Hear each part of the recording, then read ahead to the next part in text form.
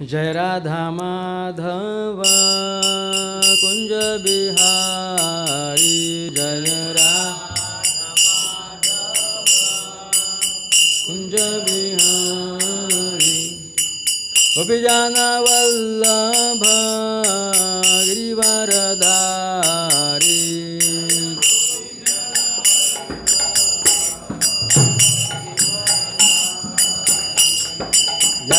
यशोदानंदन व्रज जन रंजन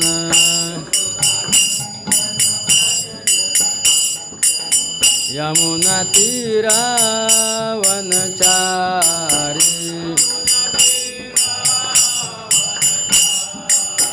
यमुना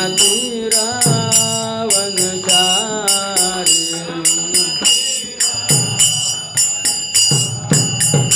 जय राधा माधव कुंज बिहारी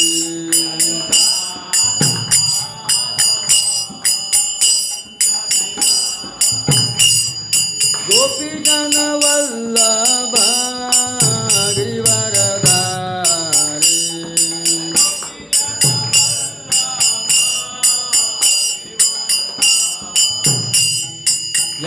यशोदानंदन व्रज जन रंजन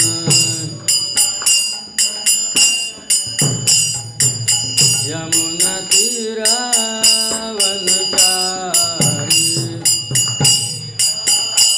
वनचारी जय राधा माधव कुंज बिहारी जय राधा कुंज बिहारी गोपीजन वल्लभ गिरिवरधारी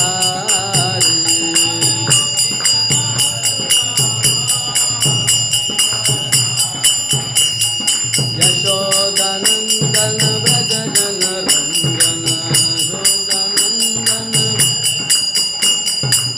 यशोदानंदन व्रज जन रंजन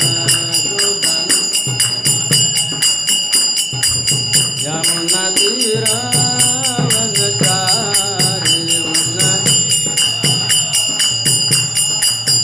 यमुना तीरावनचारी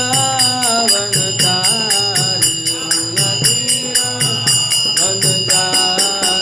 जय राधा माधव कुंज बिहारी जय राधा माधव कुंज बिहारी गोपीजन वल्लभ गिरिवरधारी सब लोग बोलो ट्राई करो गिरिवरधारी यशोदानंदन व्रज जन रंजन यशोदानंदन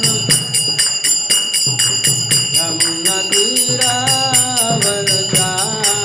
यमुना तीरावनचारी हरे कृष्णा कृष्ण कृष्ण हरे हरे हरे राम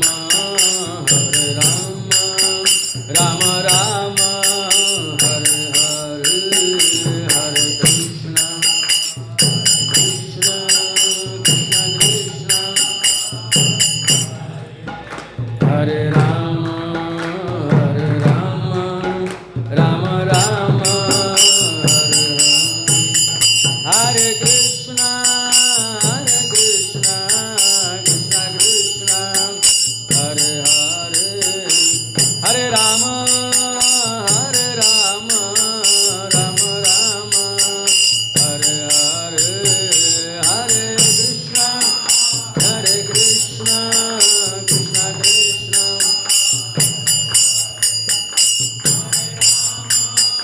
हरे राम राम हरे Krishna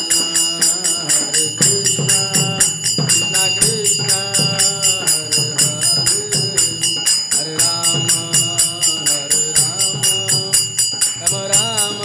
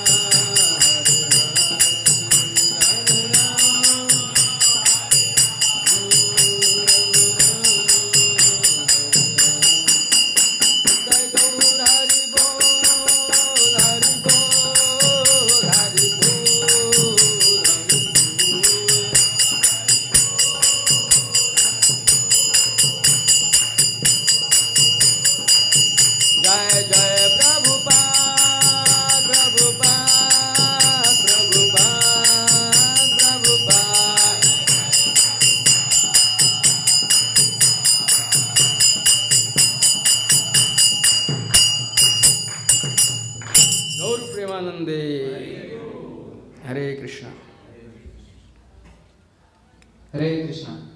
So, good evening to everyone assembled here.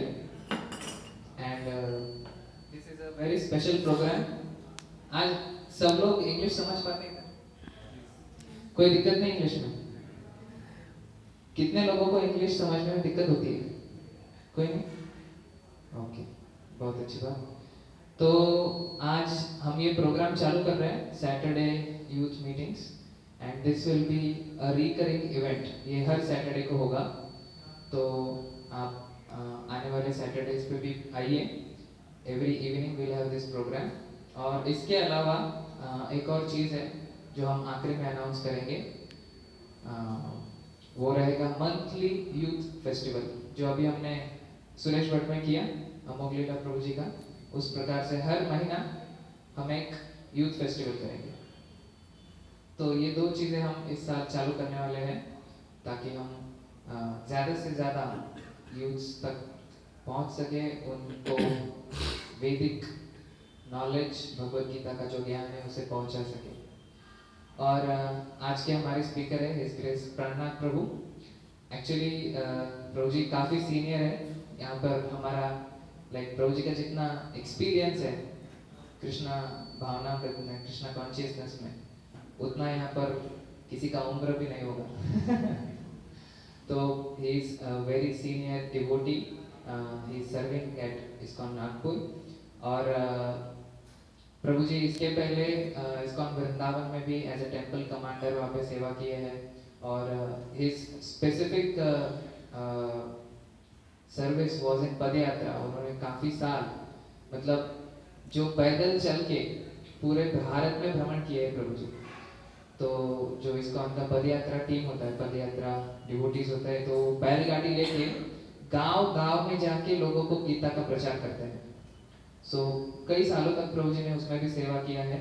And he has interacted with an varieties of people, you can name them. और प्रभु जी उस प्रकार के लोगों से मिल चुके हैं। इट मे बी क्रिश्चियंस, आज क्रिसमस है, it may be Muslims, it may be Buddhist, Sikhs, आप किसी भी प्रकार के व्यक्ति का या कैटेगरी का आप नाम लो, and he has already encountered them, he has met with them, spoken with them. तो प्रभु जी इस सब्जेक्ट को एक्सप्लेन करने के लिए is the best candidate for all of us. So And on a personal note, Prabhuji is very, very encouraging to all the younger devotees here in temple. He encourages them to study scriptures, speak scriptures to others, and he has great taste for chanting holy names. You can find him anytime with his big bag, and he has great love and affection for Lord Narasimhadev. He also serves Lord Narasimhadev in a very intimate mood. So, without taking much of your time, I can go on speaking about Prabhuji for maybe 2-3 hours, but we don't have so much time. So let us heartily welcome His Grace Pranath Prabhu amongst all of us by our traditional way of 3 times loudly chanting Hari Bol, Hari Bol, Hari Bol. हरे कृष्णा। आप सभी लोगों का हार्दिक स्वागत है इस कार्यक्रम में। ये हर शनिवार को होगा ना, अभी आज से शुरू हो रहा है, तो विशेष तिथि है कह सकते हैं। ईसा मसीह जीसस क्राइस्ट, इनका आज आई थिंक जन्मदिन है। क्रूसीफाई उनको बाद में वो तिथि कुछ और है, हाँ, गुड फ्राइडे, लेकिन वो डेट अच्छा, ओके। सब्जेक्ट ये है कृष्ण कॉन्शियसनेस एंड क्रिश्चियनिटी। मेरे पास किताब भी है। क्या लिखा है यहाँ पर? प्रभुपाद जी के एक शिष्य हैं सत्यराज दास अधिकारी, इज़ फ्रॉम ज्यूइश बैकग्राउंड। तो उन्होंने एक रेवरेंड आल्विन इनके साथ कुछ चर्चाएं की हैं, और पढ़ने के बाद मैं इस थोड़ा बहुत पढ़ पाया, ज़्यादा तो नहीं पढ़ पाए, लेकिन इस निष्कर्ष पर पहुंचा कि वैदिक जो नॉलेज है, it is the source of everything. Veda का अर्थ होता है नॉलेज, ज्ञान, और वेद से ही सब कुछ आया है। जहाँ तक क्रिश्चियनिटी, इस्लाम, बुद्धिज़्म इनकी बात है, ये बहुत प्रिलिमिनरी नॉलेज देते हैं, बहुत प्रोफाउंड नॉलेज इन ग्रंथों में नहीं मिलता है। इतना होने के बाद भी आज भारत में ये बहुत बड़ी दुर्दशा है। मैं पदयात्रा में था, और पदयात्रा में मैं दक्षिण भारत में यात्रा कर रहा था, और हेवी बहुत प्रचंड मात्रा में कन्वर्जन हो रहे हैं। People they are accepting Christianity. कोई विशेष कारण नहीं है, क्यों स्वीकार कर रहे, इसका कोई कारण नहीं है, क्योंकि उधर वेटिकन सिटी से फंड आता है वगैरह, तो लोग बहकावे में आके, या उनको अपने धर्म का पूरा ज्ञान नहीं है, या अपने धर्म के बताने वाले लोग चुप बैठे हैं। उस दिन अमोघ इस बात को कह रहे थे, हम लोग चुप हैं इसलिए कन्वर्शन बढ़ रहा है। ये हमारा कर्तव्य है कि हम बाहर निकले, लोगों को प्रचार करें। जन्म सार्थक करी कर परोपकार। पहले हमें अपना जीवन सार्थक करना है, और फिर लोगों का उद्धार करना है ना। कोई ये युक्तिवाद तर्क प्रस्तुत कर सकता है कि सब धर्म समान है, तो फिर व्हाट इज़ द प्रॉब्लम? दूसरे धर्म में जाने से समस्या क्या है? तो मेरा एक प्रश्न है, अगर सब धर्म समान है तो दूसरे धर्म में जाने का क्यों? सब धर्म समान है तो कोई तर्क दे सकता है, तो कि दूसरा धर्म, सब धर्म समान, तो दूसरा धर्म स्वीकार कर लेना चाहिए। तो जाना ही क्यों जब सर्वधर्म समान है? तो वास्तव में धर्म अनेक है ही नहीं, धर्म एक ही है। अब आप कहोगे कि मैं कहूँगा हिंदू धर्म, नहीं, वो नहीं।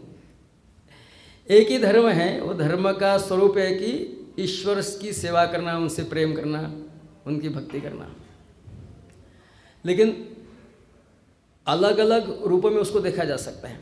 जैसे किसी घर के अंदर, एक घर में कोई कुत्ता हो, और घर का जो मालिक है, मान लो पैंट शर्ट में है, या बरमूडा में है, या नेकेड है, तो कुत्ता समझ जाता है कि मेरा ही मालिक है ना। उसी तरह वास्तविक जो धर्म का पालन करने वाला जो व्यक्ति है, अनुयायी है किसी भी धर्म का, उसकी दृष्टि इतनी ब्रॉड माइंडेड होती है, विकसित होती है, उसकी चेतना इतनी विकसित होता है कि कहीं भी किसी भी दूसरे धर्म के अनुयायियों को जब उस धर्म की पूजा विधि करते समय वो जब देखता है तो यह सोचता है कि मेरे ही प्रभु की सेवा हो रही है, लेकिन किसी और ढंग से, है ना। वो ये नहीं समझता कि कोई दूसरा भगवान आ गया, खड़ा हो गया, अभी मेरे धर्म को इस्लाम खतरे में अभी मुझे कुछ तो करना है, उसको पिटाई करना है, उसको ख़त्म करना है, ऐसा नहीं सोचता है वो कहीं भी जाएंगे, किसी भी धर्म की पूजा पद्धति को जब वो देखेगा तो क्या सोचेगा कि मेरे ही प्रभु की उपासना हो रही है, लेकिन किस और ढंग से हो रही है।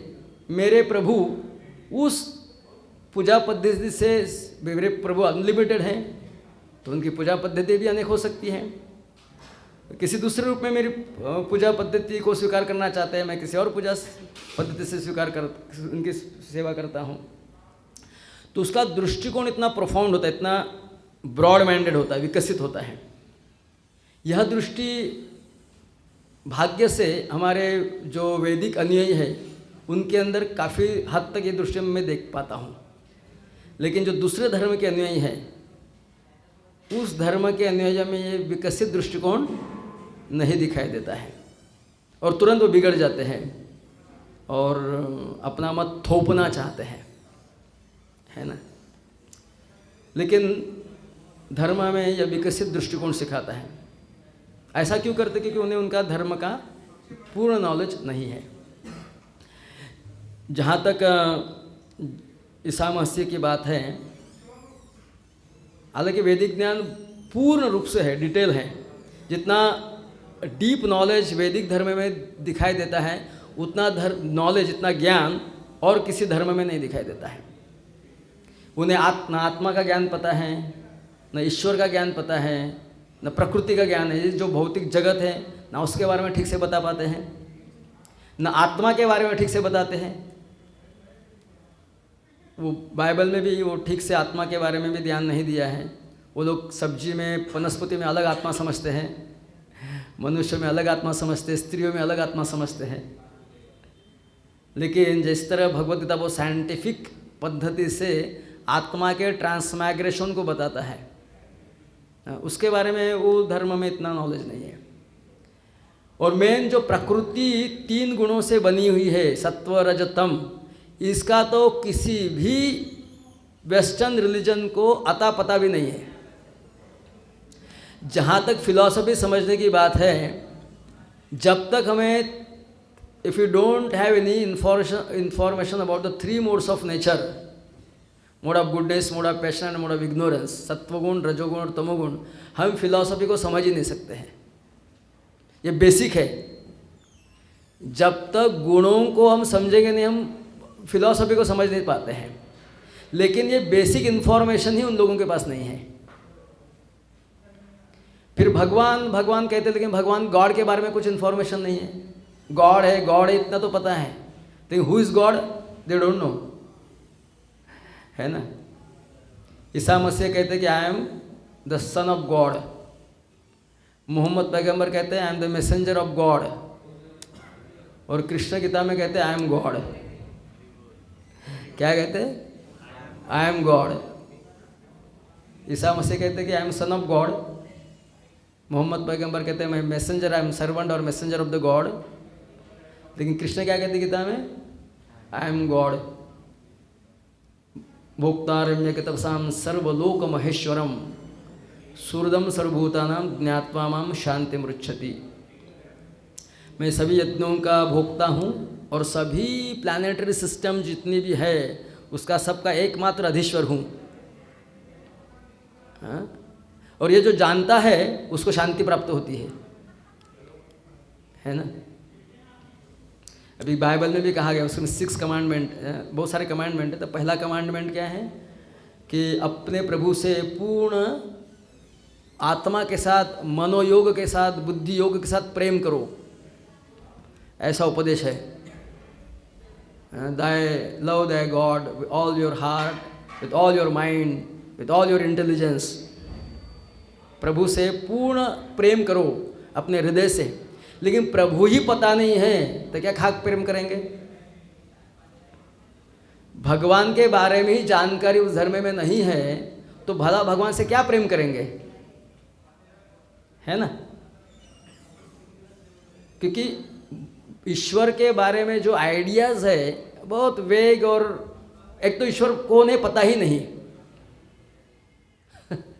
ईश्वर को नहीं पता नहीं, और जब पता नहीं है तो कह देते हैं कुछ निराकार है, कुछ ज्योति है, ऐसे निष्कर्ष पर पहुंच जाते हैं। लेकिन वेद बहुत स्पेसिफिक है इस बारे में। आत्मा के नॉलेज मतलब 3 चीज़ों के बारे में जानना। मैं कौन हूँ, प्रकृति क्या है, और मैं और प्रकृति मतलब ये मटेरियल वर्ल्ड जिसको हम देख रहे हैं, मैटर। मैं कौन हूँ, ये मैटर क्या है, मटेरियल वर्ल्ड क्या है, और हम दोनों के ऊपर जो ईश्वर है वो क्या है, इसको कहते हैं नॉलेज, ज्ञान इसको कहते हैं।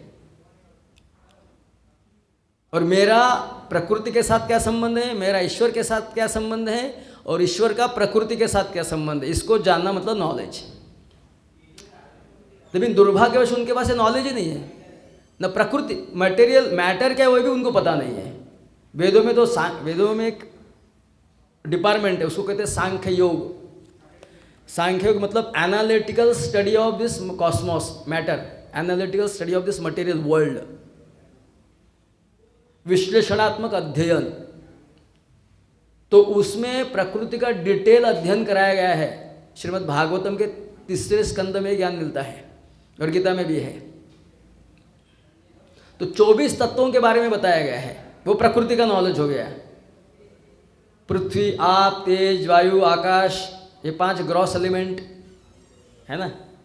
फिर 3 सटल तत्व है, मन, बुद्धि, अहंकार, माइंड, इंटेलिजेंस एंड ईगो। ये 8 तत्वों से बने हुए शरीर है ना।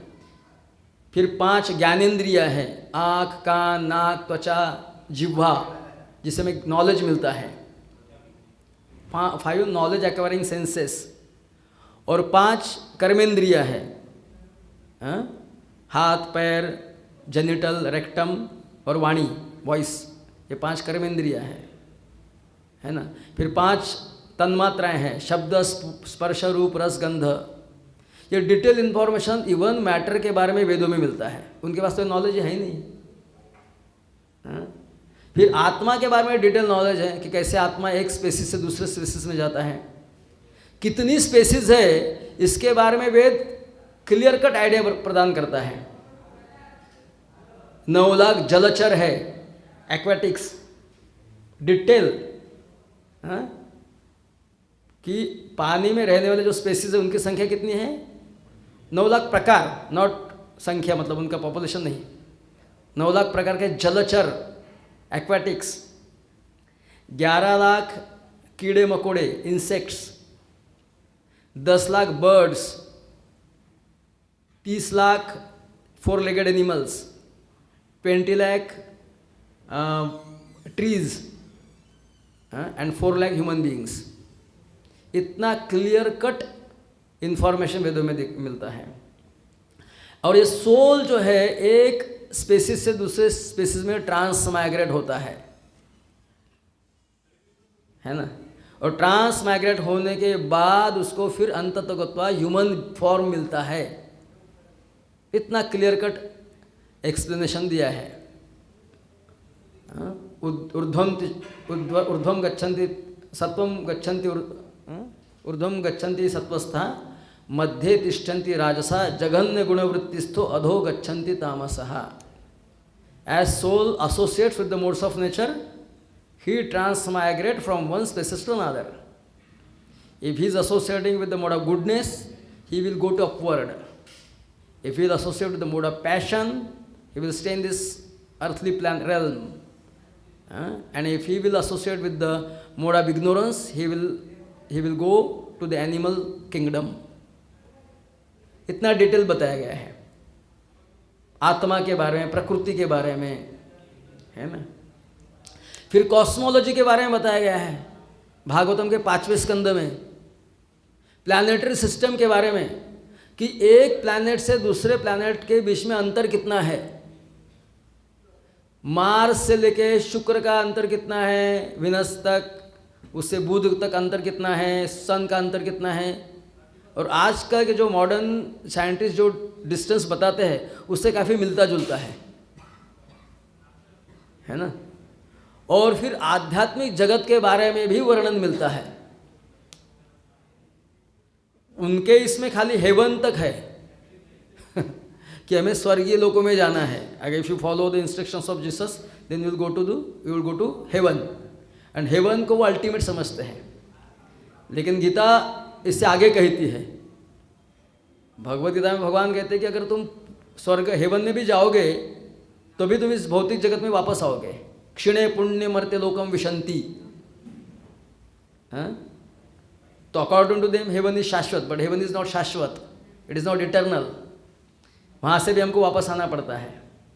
तो स्वर्ग से परे भी, इस भौतिक जगत के परे आध्यात्मिक जगत है। इसके बारे में भी डिटेल इंफॉर्मेशन वेदों में पाई जाती है। भगवान का आध्यात्मिक जगत है, और गीता में भगवान कहते हैं जो उस आध्यात्मिक जगत में आता है वो फिर इस भौतिक जगत में लौट कर नहीं आता है ना। तो इतना सब होने पर भी, क्योंकि हम बताते नहीं ना लोगों को हमारा प्रॉब्लम क्या है, हम चुप बैठे हैं ना, हमको पढ़ाई करने के टाइम है, और स्पेकुलेशन हम बहुत करते रहते हैं, है ना।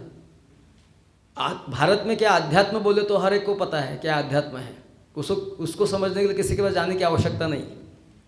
स्पेकुलेशन करने के लिए हर कोई रेडी है।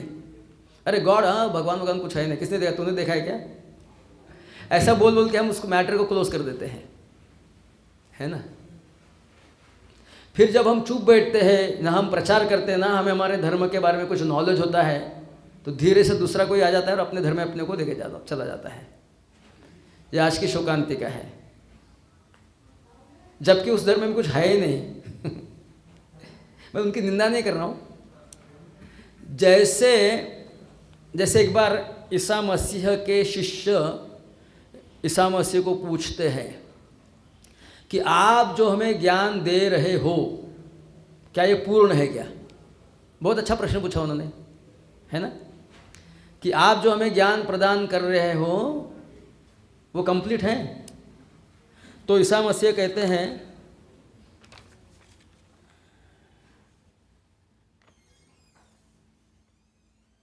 I have yet many things to say unto you, but your ears cannot bear them yet.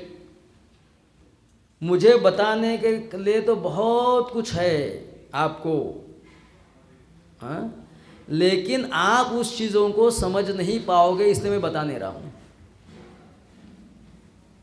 क्या कहते हैं जीसस क्राइस्ट के अनुयायी शिष्यगण कि आप जो हमें बता रहे हो क्या ये कंप्लीट नॉलेज है क्या, संपूर्ण बता रहे हो क्या।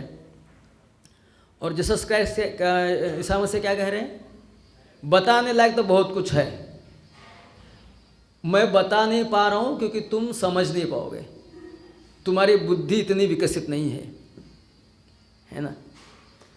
क्योंकि कहाँ प्रचार किया गया, उस जगह पे प्रचार किया गया है जहाँ पर लोगों को सिंपल क्लीनलीनेस का भी नॉलेज नहीं था, सिंपल हाइजीनिक प्रिंसिपल्स भी जिनको पता नहीं थे, उन लोगों के बीच में प्रचार किया गया है। कबीलों में रहना, एक कबीले का दूसरे कबीले पर आक्रमण करना, स्त्रियों को किडनैप करना, रेप करना, मर्डर्स करना, इनडिस्क्रिमिनेटली कुछ भी खाना, कभी भी नहाना नहीं, कभी कभी नहाना, चुम्मे पे जुम्मे, चुम्मे के जुम्मे, तो ऐसे कम्युनिटी के बीच में प्रचार करेंगे तुम क्या बताओगे उनको, हाँ?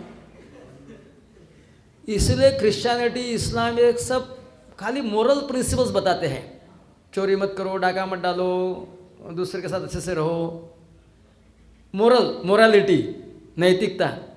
मेरा एक सवाल है भाई, नैतिकता को सीखने के लिए धर्म की आवश्यकता नहीं, नैतिक बनना तो कोई नास्तिक व्यक्ति भी हो सकता है है कि नहीं? एक नास्तिक भी नैतिक होता है। धर्म तो हमें तब चाहता है कि हमें समझना होता है कि मैं हूँ कौन, ये जगत क्यों है, मैं यहाँ पर क्यों फंसा हूँ, इससे निकलने का रास्ता क्या है, मेरे प्रभु का स्वरूप कैसा है, वो कहाँ रहते हैं, मैं वो कहाँ कैसे जा सकता हूँ। यह समझने के लिए हमें धर्म और तत्वज्ञान की आवश्यकता होती है ना। अभी ऑन कॉन्ट्री हम गीता का उदाहरण लेते हैं। अर्जुन भी ये सेम प्रश्न अर्जुन कृष्ण को पूछता है कि आप जो बता रहे हो संपूर्ण है क्या? भगवान क्या है कहते हैं, 7वें अध्याय कहते हैं, दूसरा श्लोक है, ज्ञानम तेहम सविज्ञानम इदम वक्षाम्य अशेषतः यज्ञात्वा नेह भूयोन्यम ज्ञातव्यम अवशिष्यते। हाँ? भगवान कहते हैं कि मैं तुम्हें जो ज्ञान दे रहा हूँ वो पूर्ण है, ज्ञान और विज्ञान से युक्त मैं तुम्हें पूरा ज्ञान दे रहा हूँ। उसका अंग्रेजी ट्रांसलेशन इस प्रकार है, I shall now declare unto you in full this knowledge, phenomenal and nominal, by knowing which there shall remain nothing further to be known। मैं तुम्हें पूरा ज्ञान दे रहा हूँ और ये समझने के बाद और कुछ जानने लायक बचता ही नहीं है। ये फर्क है ना। ये फर्क है वैदिक नॉलेज में और इतर ज्ञान में, है ना। जनरली उस धर्म में सिखाया जाता कि भगवान ने जगत बनाया हमारे भोग के लिए, लेकिन वेद क्या कहते हैं, नहीं ये पनिशमेंट है, भोग के लिए नहीं है कि नहीं पनिशमेंट। हर परिस्थिति हर क्षण हम कंट्रोल्ड है, किसी के तेरे द्वारा हम नियंत्रित है, हम इंडिपेंडेंट नहीं है। यहाँ पर क्या भोग करेंगे हम। भगवद गीता में जगत का वर्णन करते समय भगवान कहते हैं कि दुखालयम है, ये दुख काल है, इस जगत में कोई सुख नहीं है। सुख के जो भी मापदंड हमने बनाए हैं उन सारी सुखों की एक लिस्ट बनाओ, हाँ? और गौर करो उस सुखों के बारे में और तुम्हें पता चलेगा ये सेम जिसको हम सुख कह रहे हैं ना, अंत तो गत्वा सारे सुख दुख का कारण है। इसलिए गीता में भगवान कहते हैं यही संस्पर्शजा भोगा दुख योन एवते आद्यंतवंत कौन्ते न तेषु रमते बुधा।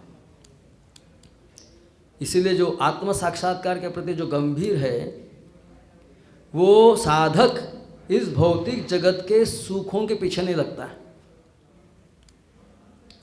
हाँ? क्योंकि ये सारे सुख का पर्यावसन अल्टीमेटली फ्रस्ट्रेशन में होता है।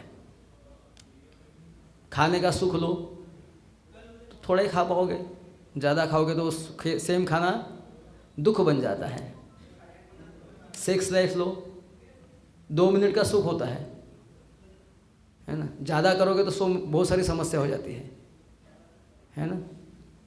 कुछ भी जो भी सुख के मापदंड हमने माने हैं सब अल्टीमेटली फ्रस्ट्रेशन में ट्रांसफॉर्म हो जाते हैं। तो वैदिक नॉलेज और अन्य जो धर्मशास्त्र है इसमें बहुत फ़र्क है। जैसा फ़र्क एक पॉकेट डिक्शनरी और ऑक्सफोर्ड डिक्शनरी में है। कैसे, कितना फ़र्क है? एक पॉकेट डिक्शनरी और ऑक्सफोर्ड डिक्शनरी। मान लो आपको एक शब्द का अर्थ समझना हो तो थोड़ा बहुत तो काम चलाओ मीनिंग पॉकेट डिक्शनरी से मिल जाएगा, लेकिन डिटेल में समझना हो तो ऑक्सफोर्ड डिक्शनरी के पास जाना पड़ेगा, उसको पढ़ना पड़ेगा। तो काम चलाओ काम तो हो सकता है बाकी धर्म जो है तथाकथित, लेकिन डिटेल में अगर किसी चीज़ को समझना हो तो हमें वेदों को ग्रहण करना पड़ेगा, है ना। वेद का अर्थ होता है नॉलेज, हर चीज़ का knowledge, not only spiritual knowledge, है ना। खेती कैसे करना है, रहना कैसे, कपड़े कैसा पहनना है, खाना कैसे बनाना है, मिलिट्री आर्ट, आयुर्वेद, यहाँ से लेके तो आध्यात्मिक ज्ञान तक सोसाइटी का डिवीजन कैसे करना है, सारा का सारा इत्यंभूत जानकारी हमें वेदों के शाखा और उपशाखाओं से मिल सकती है।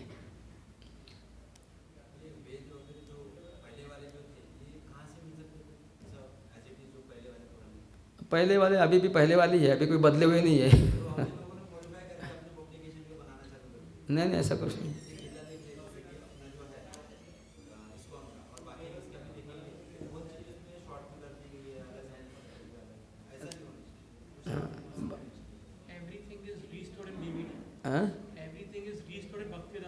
हाँ, तो आप बीबीटी के श्रील प्रभुपाद जी की जो किताबें हैं उसको आप पढ़िए, उसको पूरा क्लियर कट इन्फॉर्मेशन आपको मिल जाएगा। क्योंकि ऐसे वेदों को कहते हैं शब्द प्रमाण, श्रुति, है ना, अलग अलग प्रकार के प्रमाण होते हैं, शब्द प्रमाण, प्रत्यक्ष प्रमाण, अनुमान प्रमाण। तो शब्द प्रमाण को सबसे ऑथोरिटेटिव माना गया है, क्योंकि एक सोर्स से दूसरे सोर्स में बाय ऑरल रिसेप्शन सुनकर विधि से आया हुआ है, डिसेंडिंग प्रोसेस। ज्ञान ग्रहण करने की दो विधियाँ हैं, एक डिसेंडिंग और एक असेंडिंग। असेंडिंग मतलब अपने स्पेकुलेशन से समझ लो, वस्तु को समझना, और डिसेंडिंग मतलब like teacher gives this knowledge to the student, है ना, ऑरल सुनने से। तो इसको सबसे ऑथोरिटेटिव माना गया है। तो श्रील प्रभुपाद जी ने अपने परपट्स में पूरा वेदों का सार दिया है ना। वेदों में बहुत सारी चीज़ें हैं, और कभी कभी वेद थोड़ा सा लोगों की स्थिति को देखते हुए हमें कभी कभी कॉन्ट्राडिक्शन भी दिखाई देता है। लेकिन भगवद गीता में एक बहुत सुंदर वाक्य भगवान कहते हैं, 15वें अध्याय के आई थिंक 14वें श्लोक में भगवान कहते हैं, 15 सर्वस्य चाहम हृदि सन्निविष्टो मत्त स्मृतिर्ज्ञान अपोहनम च वेदेश सर्वेर अहमेव वेद्य वेदांत कृत वेद विदेव चाहम, है ना, कि मैं वेदों का संकलन करता हूँ। All Vedic knowledge has emanated from me and I am to be known by the Vedas. वेदों का उद्देश्य मुझे समझना है ना, ये है। तो भारत में वैसे 4 प्रमाणित संप्रदाय हैं, और ये चारों प्रमाणित संप्रदाय जो कि व्यासदेव ने 5000 साल पहले भविष्य में आने वाले लोगों को गुमराह करने के लिए बहुत सारे तथाकथित सो कॉल्ड आध्यात्मिक संस्थाएं आएगी और लोगों को गुमराह करेंगे। इसके लिए हमें पहले से आगाह किया है कि आपको कहाँ जाकर नॉलेज स्वीकार करना है। अकॉर्डिंग टू दैट टेक्स्ट, वो जो श्लोक हैं, संप्रदाय विहीना मंत्रास्ते निष्फला मत अत कलो भविष्यन्ति चात्पर संप्रदाय न श्री ब्रह्म रुद्र सनक अक्षिति पावना। ऐसे 4 संप्रदायों के नाम, उनके आचार्यों के नाम, उनकी फिलॉसफी के नाम, सब कुछ इत्यंभूत जानकारी उसमें दी गई है। तो जो कोई 4 धाराओं से ज्ञान ग्रहण करेगा उसे तो अल्टीमेट जो जानकारी है, उसका जो जीवन का लक्ष्य है वो प्राप्त कर पाएगा। लेकिन इससे व्यतिरिक्त अगर वो अपने मनमाने ढंग से या तथाकथित कोई भी घर में ऊपर क्लब एडवर्टाइज कर दिया है, फलाना आध्यात्मिक क्लब, तो वहाँ जाने से काम नहीं चलेगा। इवन मटेरियल नॉलेज को भी स्वीकार करने के लिए आप लोगों को किसी बोनाफाइड स्कूल में एडमिशन लेनी पड़ती है कि नहीं? जब आप किसी बोनाफाइड ऑथोराइज्ड स्कूल और यूनिवर्सिटी से पास नहीं होते हैं, तुम्हारे सर्टिफिकेट को कोई वैल्यू नहीं है। तो आध्यात्मिक ज्ञान को भी समझने के लिए बोनाफाइड स्कूल की आवश्यकता है, जो कि बड़ा सटल है। मटेरियल नॉलेज तो तुम तो वैसा समझ जाओगे, लेकिन आध्यात्मिक ज्ञान को समझना बहुत मुश्किल है। इसलिए गुरु की बहुत आवश्यकता है, जो गुरु प्रामाणिक गुरु शिष्य परंपरा में आता हो, है ना।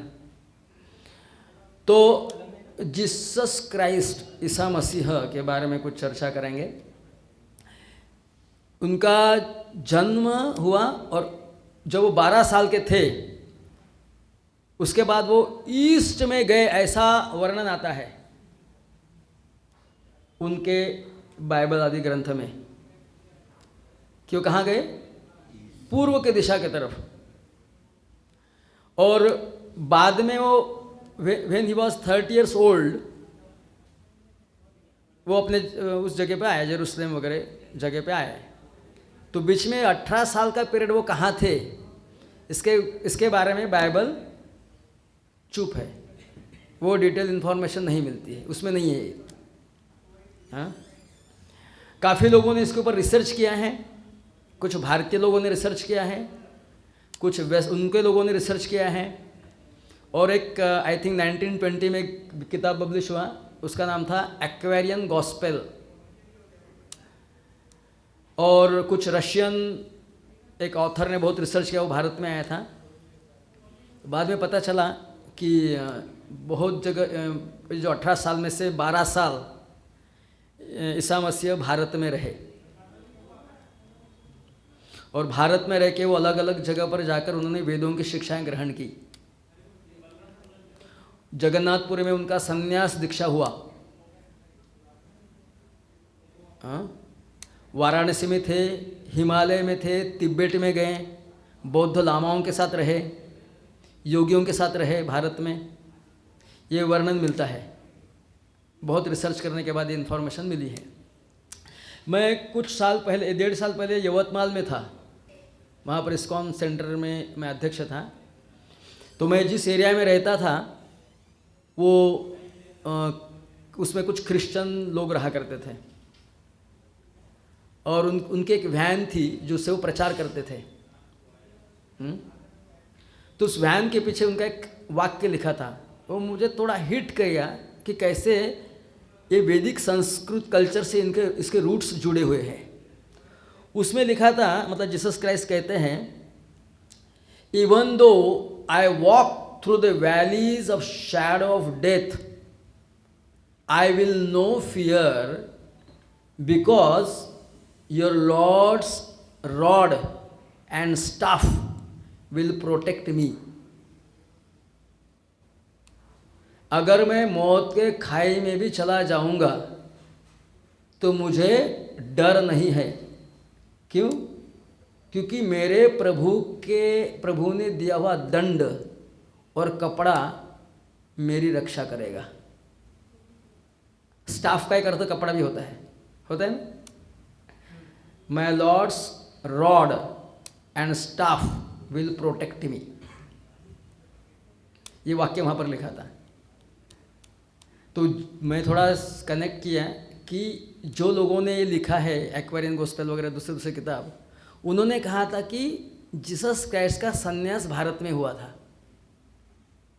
अभी वो लोग जीसस क्राइस्ट के जो कपड़े ना वाइट में दिखाते हैं, लेकिन बेल्जियम वगैरह साइड में जो पुराने पोस्टर्स अभी भी है, उसमें जीसस क्राइस्ट के कपड़े को सैफ्रॉन में दिखाया गया है। सैफ्रॉन मतलब गेरुआ, ये थोड़ा पीला है गेरुआ कपड़ा। और जीसस क्राइस्ट के हाथ में एक लकड़ी दिखा देते, वो लकड़ी में एक्चुअल दंड है वो। तो rod and staff will protect me means what? कि जो संन्यास हुआ था, जो लिखा गया है वो सही बात है, और उनका संन्यास भारत में हुआ था। लेकिन सारा इन्फॉर्मेशन नहीं दिए उन्होंने, क्योंकि लोगों का स्थिति को देखते हुए, है ना। जीसस ये शब्द का जो रूट है वो अगर आप लैटिन वर्ड्स में जाएंगे तो जीसस शब्द है ईसस शब्द से, ईसस ISUS। और अरेबिक लैंग्वेज में ईसस को कहा गया है ईसा। क्या कहा है? ईसा। और इसलिए हम इसको कहते हैं ईसा मसीहा, है ना। और इस शब्द जो है वो संस्कृत ईश्वर से आया है। किससे आया है? ईश्वर। ईश्वर का ही ईश या अपभ्रंश है, हाँ? और ईश से ईसस हुआ होगा, और ईसस से फिर जीसस हुआ। और क्राइस्ट जो शब्द है वो आया है क्रिस्टोस से, और क्रिस्टोस से आया है कृष्ण से, और कृष्ण आया है कृष्ण से। तो क्या हुआ पूरा नाम? ईश्वर कृष्णदास हुआ कि नहीं? मैं नहीं कह रहा हूँ, तो पूरा सब देखना पड़ता है ना, रिसर्च तो करना ही पड़ेगा। ईश्वर कृष्णदास से जीसस क्राइस्ट का ओरिजिनल नाम था। प्रभुपा जी कहते इस बात को साइंस ऑफ सेल्फ रियलाइजेशन में। आज भी भारत में कुछ कुछ लोग कृष्ण का उच्चारण पूर्ण रूप से कृष्ण नहीं करते, कृष्ण करते, कृष्ण। आप कभी भक्त जब जप करते तो सुनना थोड़ा केयरफुली, हरे कृष्ण कृष्ण कृष्ण हरे हरे, हरे राम राम राम हरे, ऐसे बोलते हो तो बोलने बोलने में वो शब्द हो जाता है, उसका अपभ्रंश हो जाता है। तो क्रिस्टोस से कृष्ण से क्रिस्टोस है, क्रिस्टोस से फिर क्राइस्ट आया है ना। तो इस तरह ये ईसा मसीह ने वहाँ पर लोगों के बीच में प्रचार किया। एक बार भविष्य पुराण में भी उनके बारे में वर्णन आता है। एक शालिवाहन नाम के राजा थे भारत में, और वो हिमालय में एक बार गए। ऐसा कहा जाता है कि जीसस क्राइस्ट को क्रूसिफाई होने के बाद वो वहाँ पर मरे नहीं। ये बात वो लोग भी बहुत अच्छे तरह से जानते हैं, कुछ लोग नहीं मानते इस बात को, लेकिन कुछ लोग मानते हैं। और मुस्लिम तो मानते ही मानते हैं। According to Muslim, according to Quran, Jesus Christ crucify के जगह पे मरे नहीं। और कुछ अज्ञात स्रोतों से पता चलता है कि वो कश्मीर में आए। अभी भी कहाँ पर? कश्मीर में उनकी समाधि है। तो भारत के प्रति उनका बहुत लगाव था, रुझान था, प्रेम था, है ना। और क्योंकि भारत से ही उन्हें सारी वैदिक शिक्षाएं प्राप्त हुई, लेकिन पूरा इसलिए नहीं दे पाए क्योंकि उस समय उस लोगों की जो मानसिक स्थिति थी, उनका जो कॉन्शसनेस का लेवल था बहुत एलिवेटेड नहीं था, है ना। इसलिए भगवान के बारे में नहीं बताया गया है। तो बाकी सब डिटेल इन्फॉर्मेशन हमें यहाँ से मिलता है, वेदों से, है ना। तो कश्मीर में उनकी समाधि अभी भी है, ऐसा बहुत सारे लोग मानते हैं। तो वैसे तो ये जो टॉपिक था कृष्ण कॉन्शसनेस एंड क्रिश्चियनिटी, वैसे आवश्यक नहीं है, क्योंकि हमारा जो वैदिक नॉलेज इतना डिटेल है कि हमें कहीं और जाने की आवश्यकता नहीं। भले देखो मैथमेटिक्स है, एक सब्जेक्ट मैटर है ना मैथमेटिक्स। तो 5th क्लास में भी स्पिरिचुअलिटी तो सारे धर्म में स्पिरिचुअलिटी सिखाते हैं, लेकिन उसमें फ़र्क है कि नहीं। जैसे मैथमेटिक्स से 5वीं क्लास का जो सिलेबस है और MSc का सिलेबस है तो मैथमेटिक्स ना, है तो गणितीय विषय, लेकिन 5वीं का जो सिलेबस है वो MSc के वाले को आप दोगे, बोले पढ़ो इसको, तो उससे कुछ काम का है? वो है कुछ काम का? वो तो ऑलरेडी पढ़ चुके हैं। 1 + 1 = 2, 2 + 2 = 4, वो तो 5th में पढ़ाया जाता है ना। उसी तरह जो आध्यात्मिक ज्ञान बाकी जो तथाकथित जो स्क्रिप्चर्स है, बाइबल, कुरान वगैरह, ये प्रिलिमिनरी है। जैसे 5th क्लास का सिलेबस और MSc और PhD का सिलेबस आपको कहाँ मिलेगा? गीता में, भागवतम में, वेदों में आपको मिलेगा, है ना, यहाँ पर ही मिलेगा। लेकिन देखो, अगर डायमंड खरीदी करना हो किसी को, हाँ, तो कौन खरीदी कर सकता है डायमंड? जिसके पास धन हो, पैसा हो। उसी तरह अगर वैदिक नॉलेज को भी समझना है, एसिमुलेट करना है, तो उसके लिए भी क्वालिफिकेशन की आवश्यकता है। सबसे पहला क्वालिफिकेशन है उसके पास ये तीव्र इच्छा होनी चाहिए कि मुझे ये समझना है, हाँ? और वो समझने के लिए वेद जिन रूल्स एंड रेगुलेशंस को तुम्हारे सामने रख रहा है, उस सारे रूल्स एंड रेगुलेशंस को, टर्म्स एंड कंडीशंस को, डूज एंड डोंट्स को स्वीकार करने की मानसिक तैयारी होनी चाहिए। अगर वेद कहता है कि ये मत करो तो नहीं करना है, वेद कहता है ये करो तो करना है, उसमें आप प्रश्न नहीं उठा सकते हो, क्योंकि आपका जीवन का लक्ष्य भी उस हाईएस्ट पर्पस को प्राप्त करना है ना। तो सारे रूल्स एंड रेगुलेशंस को फॉलो करने का उसमें दृढ़ संकल्प होना चाहिए। ऐसा जो करेगा उसको हाईएस्ट चीज़ प्राप्त हो सकेगी। लेकिन उसके लिए अगर तैयार नहीं है, हाँ, वो स्पेकुलेशन करना है, तो बाकी धर्म, बाकी परंपराएं, बाकी संप्रदाय उसके लिए खड़े हैं। लेकिन जो सीरियस है, जिसको समझना है, वो सैक्रिफाइस करेगा, है ना। लोग सैक्रिफाइस कहाँ कहाँ नहीं करते हैं, है ना। एक अपने गर्लफ्रेंड का फेवर प्राप्त करने के लिए क्या क्या नहीं किया जाए, आप सब लोग तो जानते होंगे अच्छी तरह से, है ना। क्या नहीं करते, कितना कुछ करते हैं, मैं एग्जाम्पल नहीं दूंगा। तो भौतिक चीज़ों को प्राप्त करने के लिए लोग क्या क्या नहीं करते हैं, तो भगवान कृष्ण की प्राप्ति करने के लिए हमें कितना बड़ा सेक्रीफाइस करना पड़ेगा। ऑफ कोर्स वैसे तो भगवान की प्राप्ति करना इतना आसान नहीं है, लेकिन जब भगवान के भक्त आते हैं तो अपनी अनुकंपा से, अपने करुणा से वो अत्यंत कठिन मार्ग को आसान बना देते हैं, बहुत इजी कर देते हैं। ये उनके भक्ति का प्रभाव है ना। वैसे तो हमारे इस्कॉन में पहले, मतलब इस्कॉन स्थापन होने के पहले हमारे गौड़ीय मिशन में अगर भगवत भक्ति करना है मतलब तो 64 माला का वगैरह जप करना पड़ता था, हरे कृष्ण महामंत्र का। कितना? और 64 माला जप करने के तो नाक में दम आ जाएगा, नानी याद आ जाएगी, 10-12 घंटे तो उसी में चले जाएंगे। लेकिन श्रील प्रभुपाद जी जो कि भगवान के महान भक्त हैं, उन्होंने अपने भक्ति से, अपने शक्ति से, भगवान से कुछ उनकी बात हुई होंगी, उस स्टैंडर्ड को 1/4 कर दिया। कितना कर दिया? मतलब कितना हो गया? 16। Just stand 16 rounds attentively, follow 4 regulatory principles. ये बहुत ज़्यादा कठिन नहीं है ना। प्रभुपाद जी अक्सर जब प्रभुपाद जी का जो मेन फील्ड था जहाँ पर प्रभुपाद जी ने प्रचार किया वो क्रिश्चियन वर्ल्ड ही था, है ना। मैक्सिमम प्रभुपाद जी ने उन लोगों के बीच में प्रचार किया।